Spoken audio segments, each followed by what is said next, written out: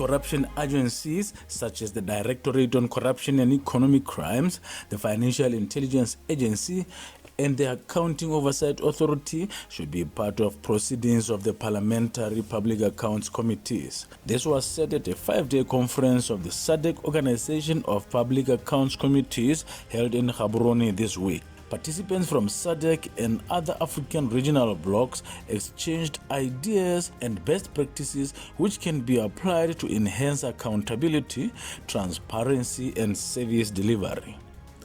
Other suggestions were that chairperson and deputy chairperson of the PACs should be members of the opposition. Furthermore, it was suggested that the Auditor General should report directly to the National Assembly, contrary to the current practice in the Commonwealth, where they report to the Minister of Finance. A participant from Zimbabwe, however, said parliamentary committees should guard against corruption, adding that in some instances, some members have turned against their own reports after they have received bribes from outsiders.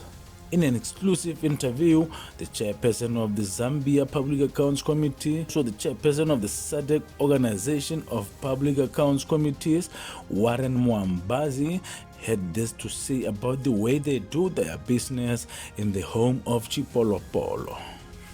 As you might be aware, Office of the Auditor General have got memorandum of understandings with Anti-Corruption Commission, Drug Enforcement Commission, and the Financial Intelligence Center. This is the way they collaborate. Even as they carry out their audits, they do share information with these institutions, so that even as the Auditor General's report come, we start to deliberate as members of Parliament.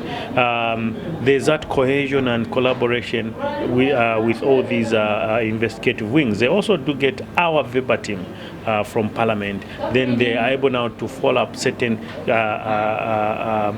queries to that effect, so that they can now go to the bottom of it. And if they need to proceed and do the prosecution, so be it, because that is the way we collaborate in Zambia.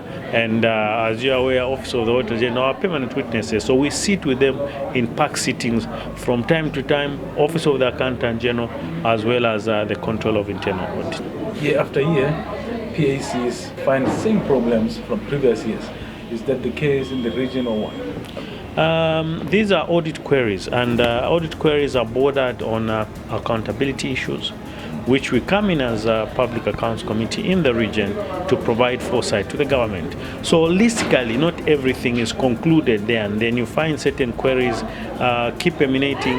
As people get acquainted to certain procedures, then they start reducing, and also the volume of the Auditor General's report start to reduce. Yes, some of them are perennial, they're always happening, but I think that's why the public financial management systems are reviewed and enhanced from time to time to ensure that we curb these vices in terms of embezzlement of funds, non-completion of projects, misapplication of funds. So all these things, I think as we move forward with the Investment of Public Finance Act in various regions, as well as the new model on public financial management, they will help us to cure some of these issues to that effect. We have a new government in Zambia. How is the relationship between the opposition and the government and the functions of the Public Accounts Committee are clearly spelled out in the Constitution and in the standing orders. So there's no way any new government can usurp that. I think what's important is, yes, we've got a new government, and what we are looking at now are historical, which is appropriations which were done by the previous government.